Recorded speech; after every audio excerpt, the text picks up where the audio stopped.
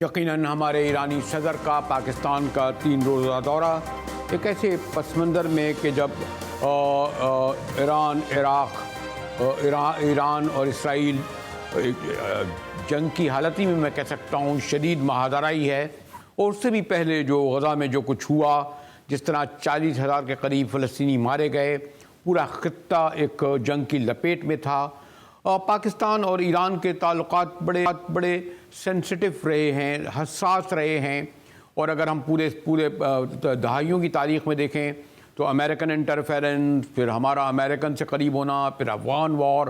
اور پھر ایران سے بھی ایک مرحلہ ایسا بھی آیا تھا کہ بہرحال اٹیک دونوں جانب سے ہوئے، لیکن خیر 12 گھنٹے بعد پھر نارمل ہو گئے۔ اب اگر ہم یہ دیکھیں کہ میں نے کہا نا کہ 3-4 بڑے اہم ڈیولپمنٹ ہیں، ایک تو ایران اسرائیل وار، پھر ہم یہ دیکھتے ہیں کہ پاکستان کے حوالے سے جو گیس پائپ لائن ہونی تھی اور جو 2013 میں شاید اس کا بنیاد رکھی گئی تھی، ایران اپنا وہ کمپلیٹ کر چکا ہے، کوئی تقریباً 780 کلومیٹر کا، جبکہ پاکستان کو 80 کلومیٹر کا جو پائپ لائن کا پورا کرنا تھا۔ اس سلسلے میں امریکہ نے بہرحال ایک تھریٹ دی ہے کہ آپ کا ہم پابندی لگائیں گے۔ خوشائند بات یہ ہے کہ سارے پس منظر میں اور ایک اور خاص ڈیولپمنٹ میں کہ سعودی اور ایران کو میں جو تعلقات تھے اس کے اثرات پاکستان پہ بھی تھے، بیلنس کرنا پڑتا تھا، لیکن وہ آئے اور پہلے ہی دن 8 سمجھوتوں پر دستخط ہوئے، اور ایرانی صدر کی جو سب سے بڑی خبر انہوں نے یہ دی کہ مخالفتوں کی پرواہ کیے بغیر ہمیں تعلقات کو فروغ دینا ہے۔ ہمارے ڈاکٹر ہما بقائی ہیں، بین الاقوامی امور پر بڑی گہری نظر رکھتی ہیں۔ پھر ہمیں تہران سے صحافی وہاں کے سینئر حسام الدین مہاجری بھی ہمیں جوائن کریں گے۔ میرے خیال میں ڈاکٹر صاحبہ یہ جو حسام الدین مہاجری بھی میرے ساتھ ہیں، میں چند لائنیں پہلے ان سے یہ پوچھ لوں کہ یہ جو ایرانی صدر کا غالباً 7 سال بعد جو ہے وہ پاکستان آئے ہیں، بڑی اہمیت کا حامل ہے، اور میں یہ بھی ایک حقیقت ہے گراؤنڈ ریئلٹی کہ ہمارے کوئی بہت آئیڈیل تو نہیں کہوں گا ریلیشن ٹریڈ پہ رہے ہوں، لیکن خیر ایسے بھی نہیں رہے ہوں کہ ہم نے کوئی ایک دوسرے سے کوئی مخاصمت ہو یا مخالفت ہو۔ جی، تو ان کی آمد کو آپ کس طرح دیکھتے ہیں؟ بسم اللہ الرحمن الرحیم۔ آپ ویورز کی خدمت میں بھی سلام عرض ہے۔ میں سب سے پہلے یہ کہنا چاہتا ہوں کہ پاکستان اور ایران کے جو تعلقات ہیں وہ بہت دیرینہ اور برادرانہ تعلقات ہیں۔ جیسے کہ آپ کو پتہ ہے کہ جب پاکستان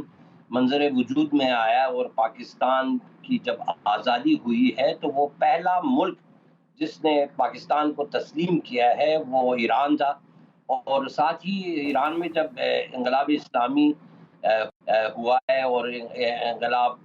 ایران میں جب کامیاب ہوئی ہے تو وہ پہلا ملک جس نے ایران کے انقلاب کو تسلیم کیا وہ پاکستان ہے۔ یہ تعلقات یعنی پہلے دن سے جب پاکستان منظر وجود میں آئے تو یہ تعلقات ہیں مختلف عرصوں یعنی مختلف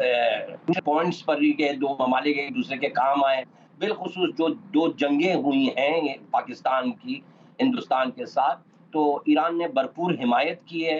اور یہ پوری پاکستانی عوام جانتے ہیں کہ کس حد تک حمایت جاری رہی ہے، اور یہ 2 ممالک جو ہیں ان کے آپس میں تقریباً 1000 کلومیٹر کا جو بارڈر ہے ثقافتی اور جو مختلف شعبوں میں یہ جو ان کے جو تعلقات ہیں ایک دوسرے سے الگ تلگ نہیں ہو سکتے ہیں۔ جو فارسی زبان ٹھیک ہے ماجد صاحب، آپ نے بڑے اچھے طریقے سے پورا ایک پس منظر بتایا۔ ڈاکٹر ہما بقائی، یہاں ہمارے حسام الدین مہاجری صاحب نے ایک پوائنٹ رکھے، لیکن کچھ یہ بھی ایک گراؤنڈ ریئلٹی ہے، حقائق ہیں، اور اب تو یہ کیونکہ بہت آزاد میڈیا کا زمانہ ہے ہم ڈسکس بھی کرتے ہیں۔ مثلا ہمارے بارڈر کے ایشوز رہے ہیں سیریسلی،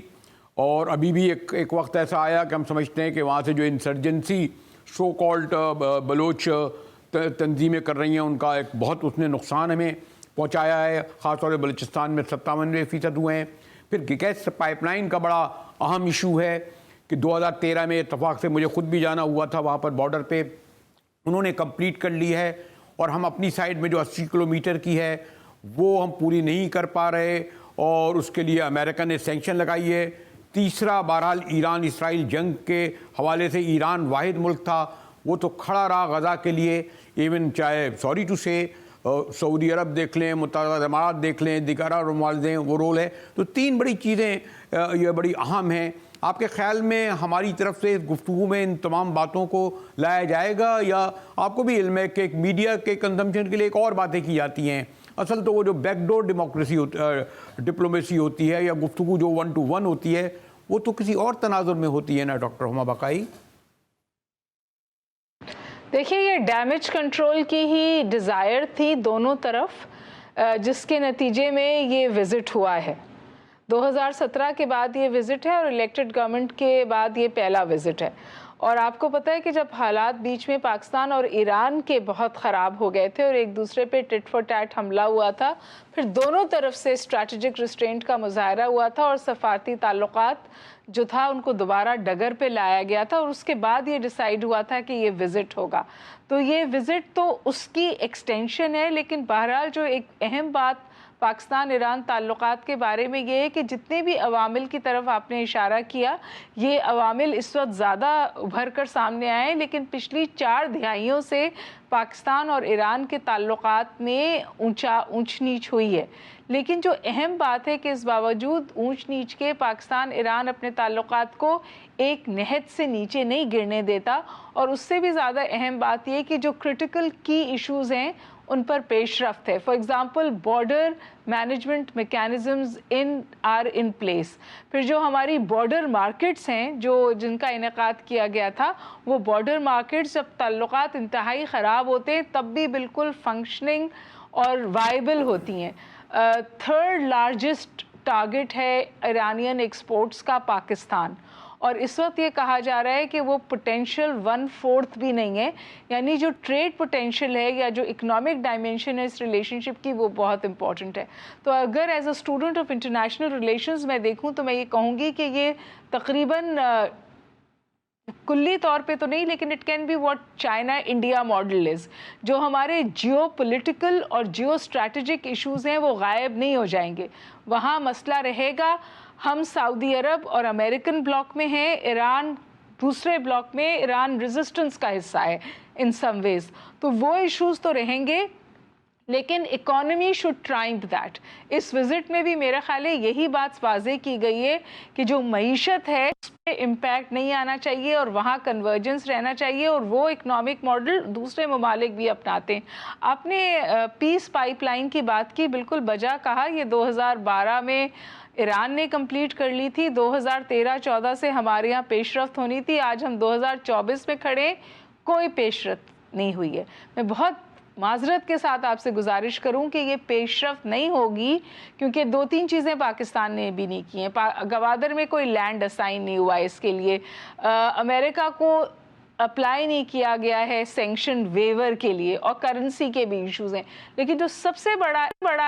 مسئلہ ہے جو ایران کے اندر سے اٹھتا ہے، آپ کے ساتھ ایرانین بندہ ہے، آپ اس سے پوچھیں، وہ یہ ہے کہ ترکیہ کو جس قیمت پر ایران گیس دیتا ہے وہ قیمت پاکستان کے لیے وائبل نہیں ہے. اس قیمت پر پاکستان نہیں لے سکتا گیس جس قیمت پہ اس وقت گیس ترکیہ کو اور آذربائیجان کو ایران دے رہا ہے. اور ایران کے اندر یہ ڈسکشن ہو نہیں پا رہا کہ پاکستان کے لیے ری پرائس کیا جائے، جو ایک بہت ضروری عمل ہے اس پیس پائپ لائن کو آگے بڑھانے کے لیے، پاکستان کا اس کا فائنینشلی وائبل ہونے کے لیے. تو وہاں میں ابھی بھی تعطل دیکھتی ہوں. ڈائیلاگ ہی رہے گا، لیکن جیسے کہ ایران کی طرف سے ریکویسٹ آئی ہے، میں نے اس کے حوالے سے میڈیا میں کچھ نہیں سنا. وہ کہہ رہے ہیں کہ جی ہمیں وہ دیجیے، آپ فری ٹریڈ اگریمنٹ کیجیے، FTA کیجیے ہمارے ساتھ، وہ اصل پیش رفت ہوگی. Memos of understanding. میں آگے جانے سے پہلے ایک اور آپ نے پورا ہم اس کو آگے بھی جا کے ٹچ کر سکتے ہیں. ماجد صاحب، مسئلہ یہ ہے کہ ایک وقت وہ تھا اور یہ ہمیں ایکسیپٹ کرنا چاہیے کہ ہم پر اتنا پریشر تھا کہ شاید یہ کہا جاتا تھا کہ آپ، اور خود ایران اور سعودی عرب کے درمیان جو تعلقات تھے غالباً اب طویل عرصے بعد اب وہاں آپ کے زائرین جو ہیں جا رہے ہیں، ورنہ تو ہمیں کہا جاتا تو یا تو اس طرف دیکھو یا اس طرف دیکھو. ایران نے یعنی یقیناً بڑے تحمل سے کام لیا، لیکن پاک ایران تعلقات بالکل اسموتھ قرار نہیں دیا جا سکتے، چاہے وہ ٹریڈ میں ہوں چاہے بائیلیٹرل ریلیشن ہو اور بارڈر مسائل ہوں، یہ مسائل ہیں، اور اس میں ایک کمیونیکیشن گیپ بھی آیا بیچ میں کہ ہمارے درمیان وہ کمیونیکیشن ڈیولپڈ ہم نہیں کر سکے، جو اس کے بہت سارے اسباب ہیں. یہ تو ایک حقیقت ہے نا مہاجری صاحب. جی، عرض یہ کہ پاکستان اور ایران کے جو مسائل ہیں وہ اتنے بڑے نہیں ہیں جتنے سمجھے جاتے ہیں. ابھی تو سعودی عرب کے ساتھ بھی ایران کے جو سفارتی تعلقات ہیں وہ بحال ہو چکے ہیں. ایران کی طرف سے وہاں پہ سفارت خانہ کھولا گیا ہے، ایمبیسڈر بھیجے گئے ہیں، اور تہران میں ابھی سعودی عرب کا سفیر موجود ہے، اور وہاں کا جو سفارت خانہ ہے، مشہد میں کونسلیٹ ہے، سب بحال ہو چکے ہیں. صرف اور صرف جو بعض بیرونی طاقتیں ہیں، دیکھیں میں سب سے پہلے یہ کہنا چاہتا ہوں کہ اب پاکستان کے لیے اب جو ڈاکٹر ہما صاحبہ نے فرمایا، ایران نے ابھی تک کوئی ایسا اقدام نہیں کیا جو کہ پاکستان کے ساتھ جو ایگریمنٹ میں جو طے پایا گیا تھا کہ اگر پاکستان اپنا حصہ پورا نہیں کرتا ہے تو اس کو جرمانہ دینا پڑتا ہے. تو ایرانی حکومت نے آج تک اس جرمانے کا مطالبہ نہیں کیا. کیوں؟ خیل سگالی بنیاد پر. لیکن بہرحال آپ کی پارلیمنٹ میں سوال تو اٹھایا گیا تھا کہ ہم نے جو جس کا شاید جواب بھی دیا گیا اور کچھ اس کے لیے ہمیں ڈیڈ لائن بھی دی گئی ہے. یہ تمام یعنی کوئی اس میں کوئی حرج نہیں ہے، یعنی جب ایک ایگریمنٹ ہوا ہے تو اس ایگریمنٹ کو پورا بھی کرنا پڑے گا. وہ کیونکہ گورنمنٹ ٹو گورنمنٹ ہے، آپ اور ایک حد تک تو رائٹ دیں گے، اس سے آگے نہیں جا سکتے. دیکھیں یہ میں آپ کو بتاؤں، صرف گیس پائپ لائن تو اس میں سے ایک ہے. اب دیکھیں پاکستان ایران کے لیے بہت اہم ہے، اور ساتھ ہی ایران بھی پاکستان کے لیے اہم ہے. اگر آپ ایران کے ساتھ اپنے تعلقات بحال کرتے ہیں تو it's a gateway to Europe, اور آپ حتیٰ کہ جو سینٹرل ایشیا کے ممالک تک آپ کی جو رسائی ہے وہ ایران کے تھرو ہو سکتی ہے، اور وہ افغانستان سے بہتر راستہ ہے. کیوں؟ کیونکہ وہاں جو کمیونیکیشن سسٹم ہے، وہاں پہ جو ٹرانزٹ کے ٹرکس ہیں اور جو مختلف مسائل ہیں، ٹرین ہے، اور جو چیزیں وہاں پہ ایران میں میسر ہیں وہ یقیناً افغانستان کے تھرو آپ کو وہ جو پہاڑی راستہ ہے اس میں سے جو مشکلات ہیں. اور ساتھ ہی میں آپ کو یہ بتاؤں کہ ابھی جو پاکستان میں جو انرجی کی کرائسس ہیں، جو پیٹرولیم کے مسائل، جو مصنوعات کی جو وہاں پہ جو مہنگائی ہے، وہ پاکستان ایران تعلقات کے ساتھ یعنی جتنا وہ معاشی تعلقات بحال ہوں گے تو Pakistan can get use of it. دیکھیں میں آپ کو بتاؤں کہ یہ آپ نے پابندیوں کے بارے میں بات کی، تو یہ بارڈر سسٹم پر بھی ٹریڈ ہو سکتا ہے، کیونکہ ایرانی جو عوام ہے ان کے جو کھانے پینے کے اشیاء میں سب سے بڑا جو حصہ ہے وہ چاول کا ہے. تو Pakistan being an exporter of rice, وہ ایران کو چاول دے سکتا ہے، اور ساتھ ہی وہاں سے ایران میں جو پیٹرولیم مصنوعات ہیں. نہیں بھائی صاحب، آپ نے بالکل آپ نے درست کہا کہ خاص طور پر جیسے گیس ہے، بجلی ہے، اور انرجی کرائسس میں خاص طور پر گوادر کو آج ہم نہیں کر پا رہے. لیکن ڈاکٹر صاحب ایک جو اور جو آپ کو علم ہے، مجھ سے زیادہ علم ہے، بڑا آپ کا غیر نظر ہے، حالیہ مہینوں میں جو ہمیں کے پی اور بلوچستان میں اس سے بڑی میخانے سے زیادہ خودکش حملے دھماکے ماضی میں بھی نہیں ہوئے، اور کہا یہ جاتا ہے کہ ایران نے بڑی حد تک کنٹرول کیا، لیکن ان کو ایسا ایک پیسج مل گیا کہ اب کھل کر جو ہے جو ہمارا افغان بارڈر ہے وہ تو جو پورس بارڈر کہا جاتا تھا، وہاں سے جس بڑے پیمانے پر حملے ہوئے ہیں، خودکش حملے ہوئے ہیں، دھماکے ہوئے ہیں، اور چینیوں پہ جو اٹیک ہو رہا ہے، یعنی یہ کہ میرے خیال میں اس سے میں ایران بہت اہم رول ادا کر سکتا ہے، کیونکہ ایران کا کابل پر ایک حد تک تو انفلوئنس ہے، اور اس وار کے دوران بھی رہا ہے. اس وقت پاکستان کا سب سے بڑا مسئلہ سیکورٹی نہیں کیا، جو ہمارے جاپانیوں پہ حملہ ہوا، چینیوں پہ حملہ ہوا، جیسے میں نے کہا جب چاہتے ہیں یہاں آ کے مارتے ہیں، خاص طور پر بلوچستان میں تو 97% ٹیررزم بڑا ہے. ڈاکٹر صاحبہ آپ بالکل بجا فرما رہے ہیں، اور میرا خیال ہے کہ اس وزٹ میں اس حوالے سے سٹیٹمنٹ بھی آیا کہ ٹیررزم کا مل کے مقابلہ کرنے کی ضرورت ہے، کولیبریٹو میجرز یا رسپانسز کی ضرورت ہے. وہاں ایران میں بھی اس کے حوالے سے پولیٹیکل ول موجود ہے، پاکستان میں بھی پولیٹیکل ول موجود ہے. لیکن میں آپ سے یہ بھی گزارش کروں کہ کچھ ایسے مسائل ہیں جہاں ایران اور پاکستان کی نیچرل کنورجنس نہیں ہوتی، لیکن اس کے باوجود جو یہ وزٹ ہے اور جو اس میں باتیں ہوئی ہیں، فار ایگزامپل وہ لاہور اور کراچی بھی تشریف لائیں گے۔ اب کراچی میں جو میری لنکیجز کی قربت ہے اس پہ بہت بات ہو سکتی ہے۔ فار ایگزامپل کہا جا رہا ہے کہ Gwadar and Chabahar can be sister ports. میں آپ سے گزارش کروں کہ جتنے آپ نے مسائل بیان کیے وہ بالکل اپنی جگہ بجا اور صحیح، لیکن جو ہمارا ریئل پوٹینشیل ہے وہ اکنامک کنورجنس ہے، اور اس کے حوالے سے پاکستان میں بھی کمٹمنٹ اور پولیٹیکل ول نظر آتا ہے اور ایران میں بھی نظر آتا ہے، اور دنیا میں ایسی بہت ساری مثالیں ہیں جہاں جیو اسٹریٹجک ڈائیورجنس ہوتی ہے لیکن جیو اکنامک کنورجنس ہوتی ہے۔ سب سے بڑی مثال آپ کے سامنے چائنا اور انڈیا کی ہے۔ آپ دیکھیے کہ جنگ بھی لڑ لیتے ہیں، بارڈر وار بھی کر لیتے ہیں، لیکن ٹریڈ والیومز میں کمی نہیں آتی۔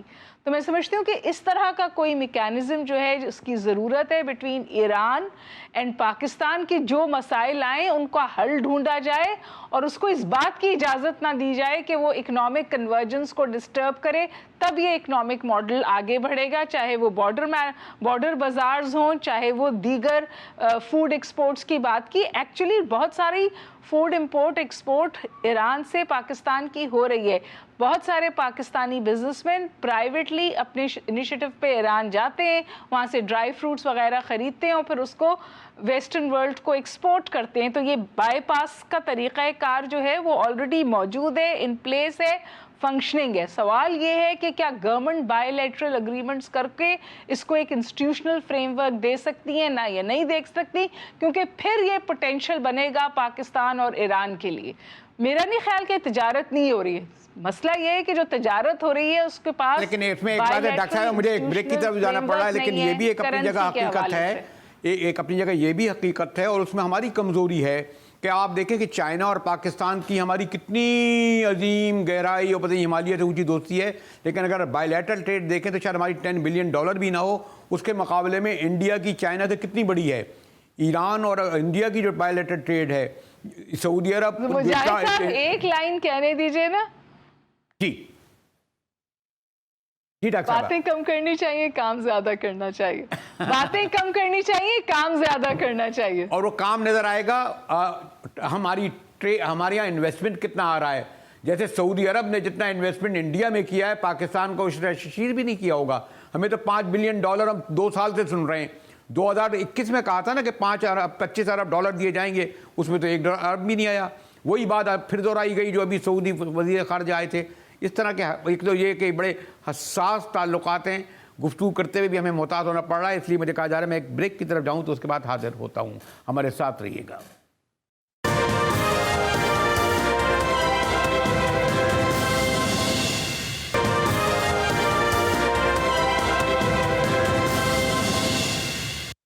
جی ٹی وی میں ایک بار پھر مجاہد بریلوی آپ کو خوش آمدید کہتا ہے۔ حسام الدین ماجد صاحب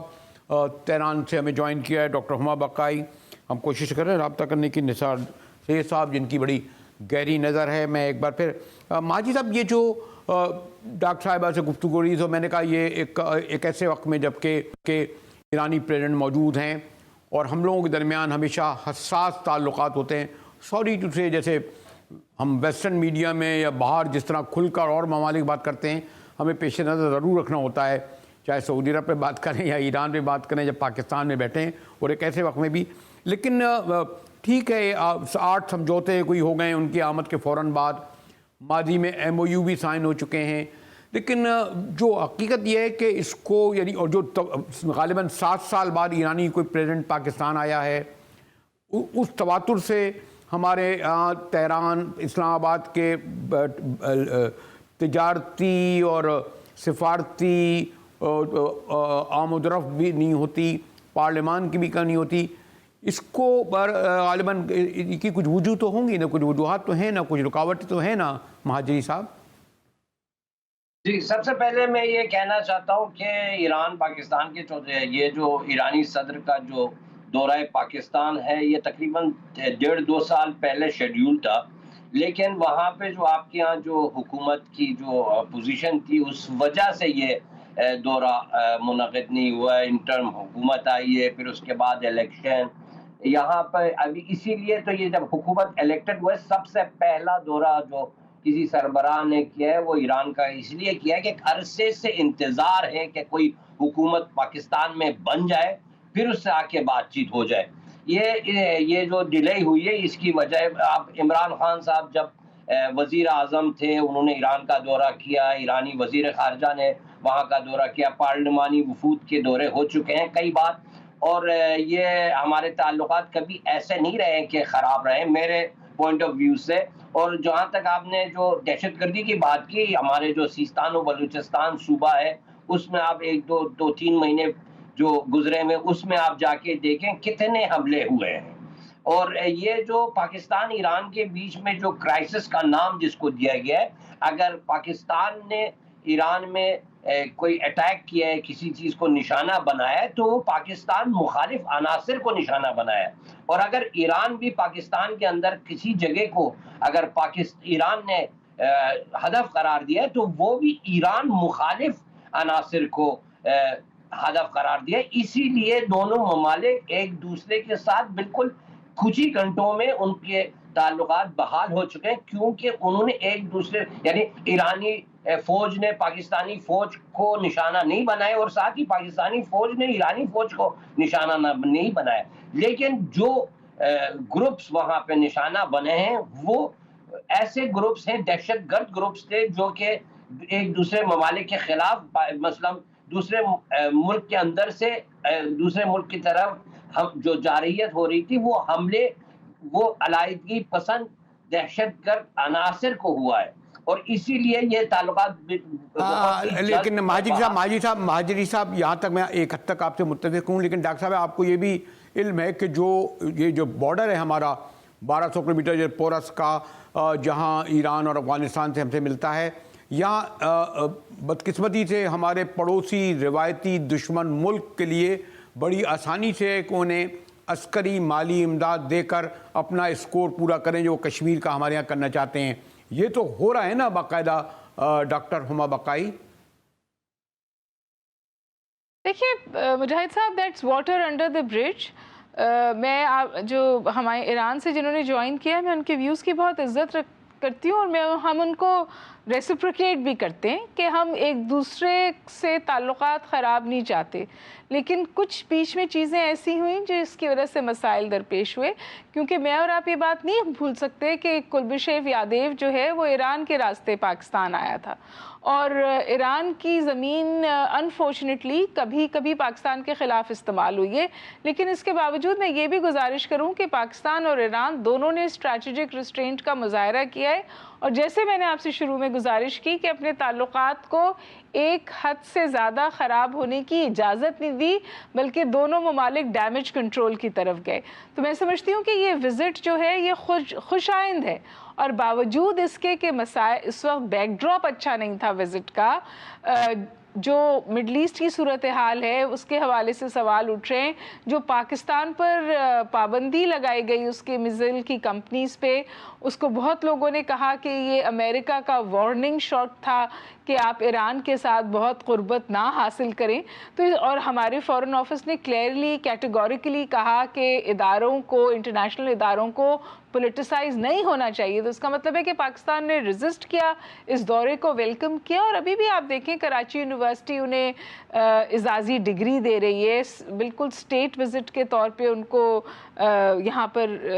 رائل ٹریٹمنٹ دیا جا رہا ہے. تو میں لارجلی سمجھتی ہوں کہ جو the desire to move on exist on both sides, اور یہ انتہائی خوش آئند بات ہے, کیونکہ جو خطے کا ہمارا پیراڈائم ہے, جو نئے معاشی بلاکس بننے جا رہے ہیں, جس کنیکٹیوٹی کا ابھی انہوں نے اشارہ کیا وایا ایران ٹو یورپ, یہ زمینی حقیقتیں ہیں جو ہم اب تک اس کا اس طور فیض نہیں اٹھا سکے جس طور اٹھانا چاہیے. میں تو دوبارہ کہوں گی کہ ایم او یو سے آگے بڑھنا چاہیے, فری ٹریڈ ایگریمنٹ کے بارے میں سوچنا چاہیے, کرنسی کا ہم ابھی تک ریزالو نہیں کر سکیں ایشو, اس کو دیکھنا چاہیے تاکہ جو ہنڈرنسز اور ہچز ہیں اکنامک ماڈل کے اندر وہ ایڈریس ہوں. جیو اسٹریٹجک مسائل, جیو پولیٹیکل مسائل اوور نائٹ ختم نہیں ہوتے, لیکن اگر معاشی قربتیں بڑھتی ہیں تو وہ بیک برنر پر چلے جاتے ہیں.